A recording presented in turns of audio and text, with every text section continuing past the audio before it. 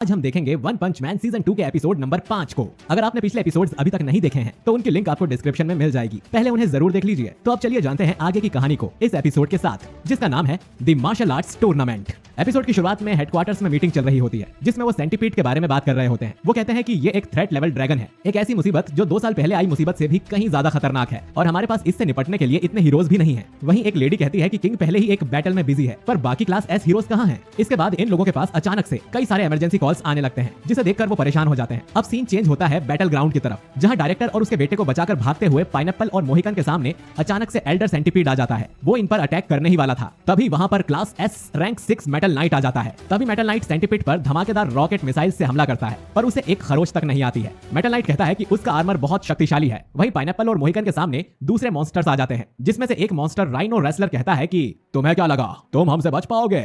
इसके साथ एक बर्ड मॉन्स्टर भी होता है। दूसरी तरफ गारो और मेटल बैट एक जोरदार फाइट कर रहे होते हैं। गारो मेटल बैट से कहता है कि तुम तो अभी से थक गए, मुझे लगा था तुम शक्तिशाली हो। ये सुनकर मेटल बैट गुस्से में अपने बैट से उस पर अटैक कर देता है, लेकिन गारो उससे बच जाता है और पलटवार करता है, जिससे मेटल बैट के सर से बहुत सारा खून बहने लगता है। पर फिर भी मेटल बैट खड़ा रहता है। इसे देख गारो कहता है कि इतना खून बह जाने के बाद भी तुम होश में कैसे रह सकते हो? तभी मेटल बैट उस पर और भी ज्यादा पावरफुल अटैक्स करने लगता है, जिसे देखकर गारो मन में सोचने लगता है कि इसके अटैक्स तेज कैसे हो रहे हैं, जितनी बार इसे चोट लगती है ये और शक्तिशाली कैसे हो जाता है। मेटल बैट कहता है कि ये मेरी फाइटिंग स्पिरिट है जो मुझे हौसला देती है, तो चलो इसे जल्दी खत्म करते हैं, क्योंकि मुझे एल्डर सेंटीपीड से भी दो हाथ करना है। कुछ देर लड़ने के बाद मेटल बैट अपने किलर मूव ब्रूटल टोर्नेडो से गारो पर वार करता है। 2 कदम पीछे हटते हुए गारो कहता है कि ऐसे बचकाने अटैक्स मेरा कुछ नहीं बिगाड़ सकते, और वो अपने मार्शल आर्ट के मूव से मेटल बैट के टोर्नेडो को रोक देता है और उसके पेट में एक जोरदार पंच मारता है, जिससे वो जमीन पर चारों खाने चित हो जाता है। गारो अपने मन में कहता है कि टैंक टॉप मास्टर और ये मेटल बैट एक मार्शल आर्टिस्ट के सामने ये कुछ भी नहीं है, और मैंने दोनों को आसानी से ही ठिकाने लगा दिया, और वो अपनी जीत की खुशी में खो जाता है। तभी अचानक से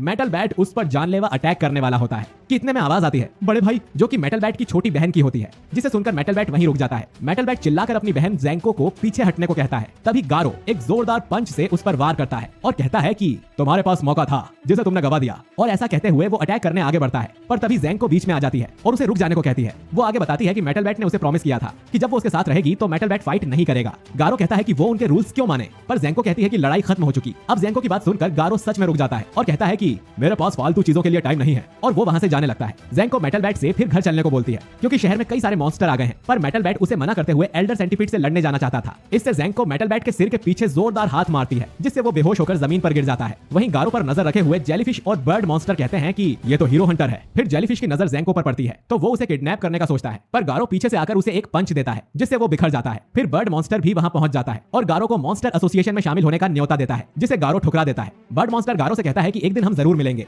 और दोनों मॉन्स्टर वहां से चले जाते हैं। वहीं शहर में कई मॉन्स्टर आ गए थे, जिनसे छोटी क्लास के हीरोज लड़ रहे थे। राइनो रेसलर से लड़ रहे पाइनएप्पल और मोहिकन थक चुके होते हैं, क्योंकि उनके किसी भी अटैक का राइनो पर कोई असर नहीं होता है। राइनो रेसलर ने कहा कि तुम दोनों बहुत कमजोर हो, तुम्हें अंदाजा भी है मैंने खुद को फाइनल बैटल के लिए कितना तैयार किया है। तभी ऊपर से उड़ता हुआ बर्ड मॉन्स्टर राइनो से कहता है कि जल्दी लड़ाई खत्म करो और बंदियों को उठाओ, हमें निकलना है। राइनो ने बोला कि वो तो मेटल नाइट से भी लड़ने वाले थे, उसका क्या हुआ? जिस पर बर्ड मॉन्स्टर कहता है कि उसे जाने दो, वो महज एक उड़ता हुआ रिमोट कंट्रोल ड्रोन है। राइनो हीरोज पर अटैक करता है और डायरेक्टर के बेटे को उठा ले जाता है। फिर बर्ड मॉन्स्टर एल्डर सेंटीपीड से भी कहता है कि जाने का वक्त हो गया है, जिसे सुनकर सेंटीपीड जमीन के अंदर जाने लगता है, पर मेटल नाइट भी उसके साथ चिपक कर अंदर चला जाता है। वहीं दूसरी ओर गेंजी भी एक मॉन्स्टर का सामना कर रहा होता है, और उसके स्टंट रोड का एक शक्तिशाली लेडी मॉन्स्टर पर कोई असर नहीं होता, जिससे वो कहती है कि इसमें तुम्हारी कोई गलती नहीं है। दूसरी जगह पर भी सबका ऐसे ही शक्तिशाली मॉन्स्टर से सामना हो रहा है। अब अगले सीन में हमें सुपर फाइट टूर्नामेंट का रूम दिखाया जाता है। वहां कोई दरवाजा खटखटाते हुए चेरेंको को जल्दी बाहर आने को कहता है, जहां सैतामा अपनी विग पहनकर बाहर आता है और टूर्नामेंट शुरू होता है। कमेंटेटर कहता है सुपर फाइट 22 के सभी कंटेस्टेंट्स अरेना में आ रहे हैं। सबसे पहले class A rank 19 hero lightning max आता है, जो कि इस फाइट में पहली बार हिस्सा ले रहा है। फिर बिजली की तरह तेज अटैक वाली फीमेल फाइटर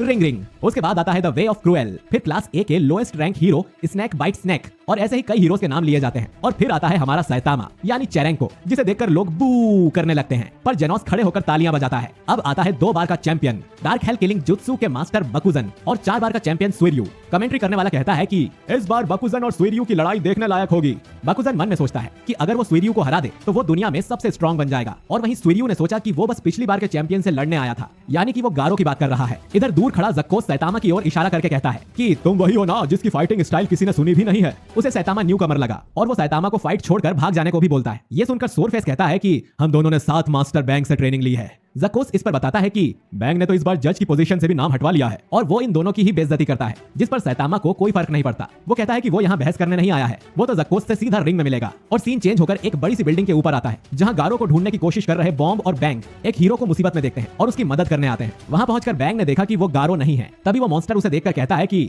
तुम क्लास एस के मार्शल आर्ट हीरो हो ना। मॉन्स्टर सिल्वर फैंग पर अटैक कर देता है, पर सिल्वर फैंग उस पर जल्दी से मार्शल आर्ट वाले अटैक से पलटवार कर देता है जो इतने घातक थे कि उस मॉन्स्टर की वहीं पर मौत हो जाती है और बॉम्ब और बैंग वहां से चले जाते हैं। इधर टूर्नामेंट में पहला मुकाबला लाइटिंग मैक्स और रिंग रिंग के बीच होता है। शुरू होते से ही रिंग रिंग हवा में उड़कर लाइटनिंग मैक्स पर अटैक करने आती है, पर मैक्स उसे आसानी से नॉकआउट करके जीत हासिल कर लेता है। इधर शहर में हीरोज मॉन्स्टर से लड़ रहे होते हैं और बुरी तरह से पिट रहे होते हैं। एक लेडी मॉन्स्टर कहती है कि तुम मुझसे यानी सुपर एस से लड़ने के लिए काफी नहीं हो और मेरा कुछ नहीं बिगाड़ सकते। वहीं दूसरी तरफ गोरिल्ला मॉन्स्टर हैवी कॉन्ग उसकी पीठ पर बैठ के लोगों से कहता है कि कोई पूछे तो बता देना कि हैवी कॉन्ग को हराने वाला और कोई नहीं बल्कि महान मार्शल गोरिल्ला था। इधर लाइटनिंग गेंजी भी मॉन्स्टर से लड़ रहा होता है, पर उसके अटैक्स का उन पर कोई असर नहीं होता। उसे हराकर मॉन्स्टर कहते हैं कि हम यूं ही इतने टाइम से डर रहे थे। ये क्लास ए हीरोज हम टाइगर लेवल थ्रेट वाले मॉन्स्टर्स का भी सामना नहीं कर पा रहे। इधर हेडक्वार्टर्स में इमरजेंसी अलार्म्स बजने लगते हैं और ऐसे ही कई मॉन्स्टर बाहर निकल कर आ रहे थे, जिन्हें देख हिजे कहता है कि अगर ऐसा ही चलता रहा तो हमारा नामो निशान मिट जाएगा। सीन दोबारा सिटी में आता है जहाँ एक ड्रैकुला मॉन्स्टर जिसने सैकड़ों लोगों का खून चूसकर उन्हें मार दिया था। वहीं दूसरी ओर डार्कनेस ब्लेड अपने ही साथी हीरो पर अटैक करने लगता है। असल में इस लेडी मॉन्स्टर की यही पावर है कि वो अपने चाबुक से किसी को भी अपने वश में कर लेती है। वो दूसरे हीरोज पर भी अटैक करने ही वाली होती है, लेकिन तभी इस मॉन्स्टर का चाबुक वहीं हवा में रुक जाता है।